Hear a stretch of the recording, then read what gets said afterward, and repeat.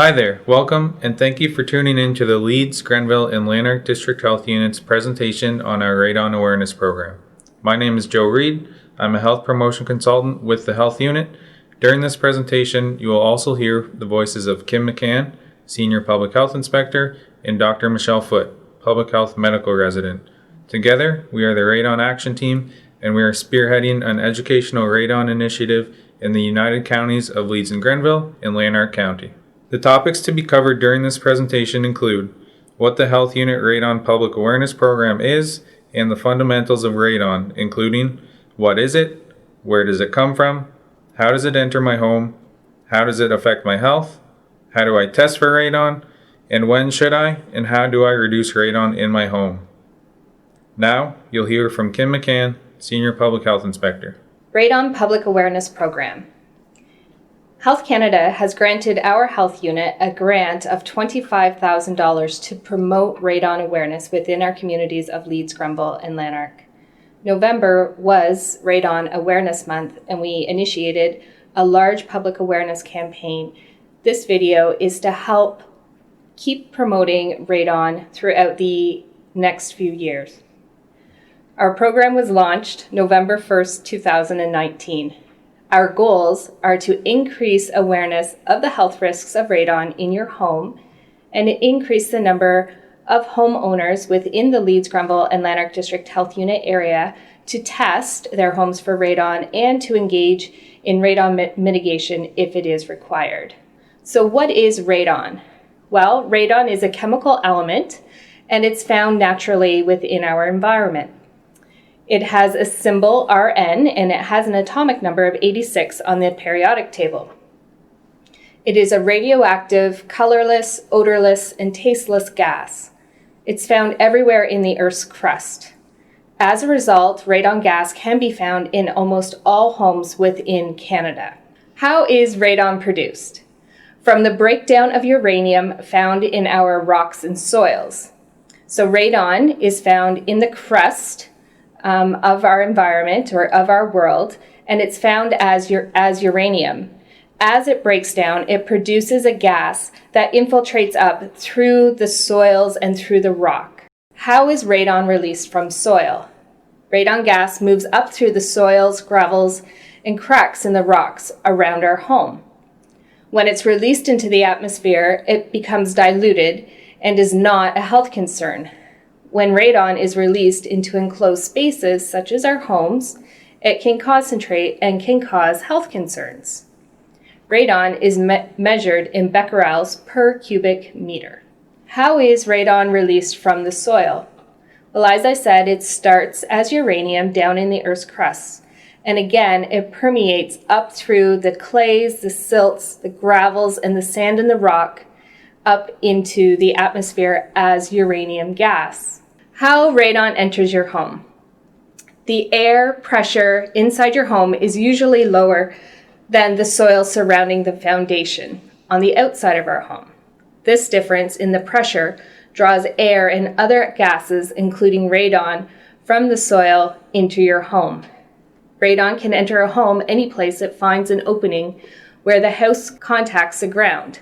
Cracks in the foundation, floors and walls, construction joints, gaps around service pipes, support posts, window casements, floor drains, sumps, or cavities inside the walls. Slide 9 is a visual on how radon can permeate up through the bedrock and the soils and the gravel and through the different cracks within our homes to enter the enclosed space of our home. So I'm going to hand it over to Michelle Foote, our medical resident, to talk about the health effects of radon.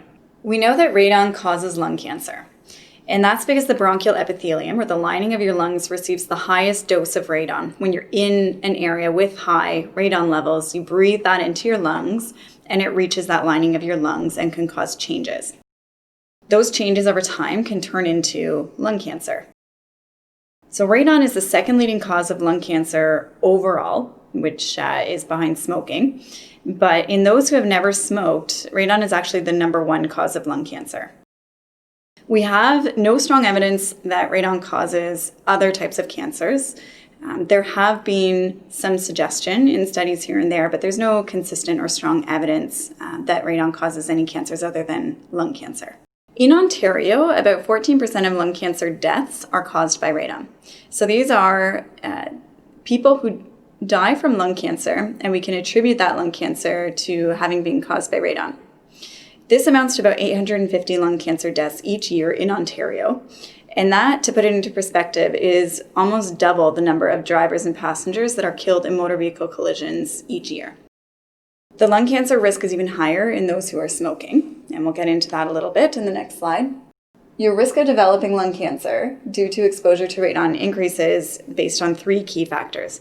The first is your exposure to higher levels of radon. So we know that your risk of lung cancer increases by about 8% for every 100 becquerel per meter cube increase in the radon level. We measure radon levels in indoor spaces in becquerels per meter cube. For every jump of 100, so going from 0 to 100, 100 to 200, 200 to 300, your risk of lung cancer increases by an additional 8%. The second factor that influences your risk of developing lung cancer when you're exposed to radon is the length of time that you're exposed. So radon exposure causes lung cancer over longer periods of time, so many years. It's not a matter of walking into a space with high levels of radon and suddenly your risk of developing lung cancer has increased. This is an exposure that occurs over long periods of time. For example, living in the same home with a high radon level for many years. The third factor that can influence your risk of developing lung cancer when you're exposed to radon is smoking. So the risk of death from lung cancer by the age of 75 differs quite a bit between those who smoke and those who have never smoked. As you can see on this slide, at an exposure of no radon, so 0 becquerels per meter cube, the top row in that table, the difference is about 25-fold for the risk of developing lung cancer and dying from that lung cancer by the age of 75 in current smokers. It's 100 per 1,000 versus 4 per 1,000 for never smokers. If you go up to 800, the risk increases proportionally for both groups, but maintains that roughly 25-fold increase for those who are smoking. It's important to note that it's still a significant risk even in those who do not smoke. So if you look at that highest level, the 800 that's listed there, and that is a level that we do see in homes tested in this area, the risk is about 1 in 100 or 1% at that level. And so for somebody who's never smoked, that's to me a pretty high risk of developing lung cancer and dying from that lung cancer. Ex-smokers, people who used to smoke but don't smoke anymore, would likely fall somewhere in the middle of those numbers between the never smokers and current smokers. Radon is particularly concerning for children, and that's because their lungs are still developing, which makes them more vulnerable to the damaging effects of any type of radiation, including radon. And the other reason that they're considered at higher risk is because they breathe at a faster rate. So that's a natural phenomenon that occurs in children and youth. They tend to breathe at a faster rate. They're bringing more air into their lungs. Secondary to that, and so they get more radon into their lungs if they're exposed to the same level as adults. They would bring more of that radon into their lungs, which could then increase their risk and cause more damage. But also, they have many years after that exposure to have potential for those areas of damage to turn into lung cancer. So we do know from studies that exposure to high radon levels in childhood does increase the risk of lung cancer later in life. And so it's particularly important to consider this group and the exposures that they may have, because it does all combine between their exposures at home, in school, and elsewhere. So if we can reduce their exposure at home, then we're at least tackling a part of that. Radon guidelines. The Canadian guideline for action is 200 becquerels per meter cubed. Above this level, Health Canada recommends that you take action to lower the level. The higher the radon concentration, the sooner action should be taken to reduce levels to as low as practically possible. While the health risks from radon exposure below the Canadian guideline is small, there is no level that is considered risk-free. Why test for radon?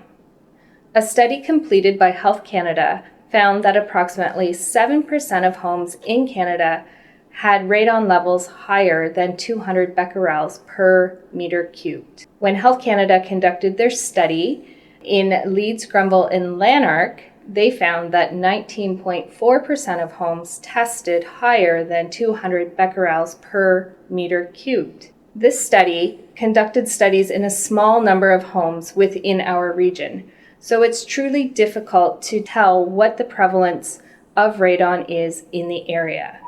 And that is why we are conducting this awareness program. We want people to understand what their radon levels are in their home, and we as a health unit would like to understand what it is as well. So why test for radon? All homes have some level of radon, so it's important to know what your level is. Our senses can't detect radon since it is odorless, colorless, and a tasteless gas. The only way to really know if you have radon in your home is by testing. And when you purchase a radon test kit from our health unit, you can see this is what the radon test kit looks like. The little black circular thing that looks like a top hat is actually the radon tester kit. So testing for radon. Radon levels can rise and fall from 1 hour or day to the next and seasonally. For this reason, measurements taken over a longer period of time are more accurate.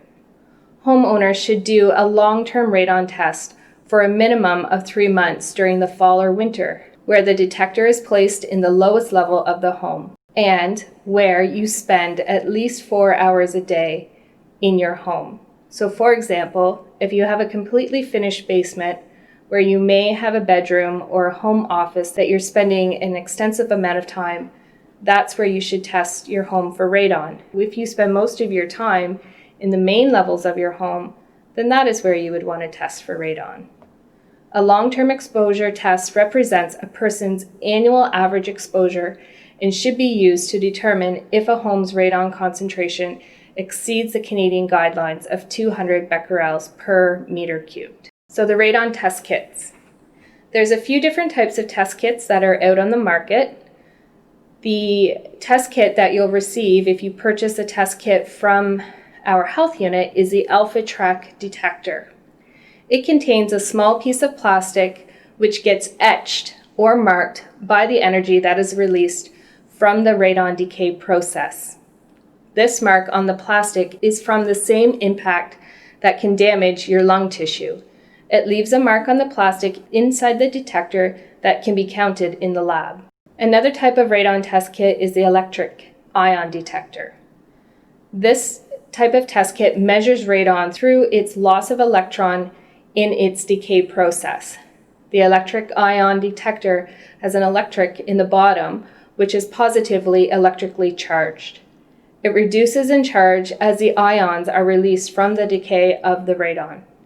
Touching this electric will not harm you, but it will reduce the charge of the electric, making the device no longer able to accurately measure radon.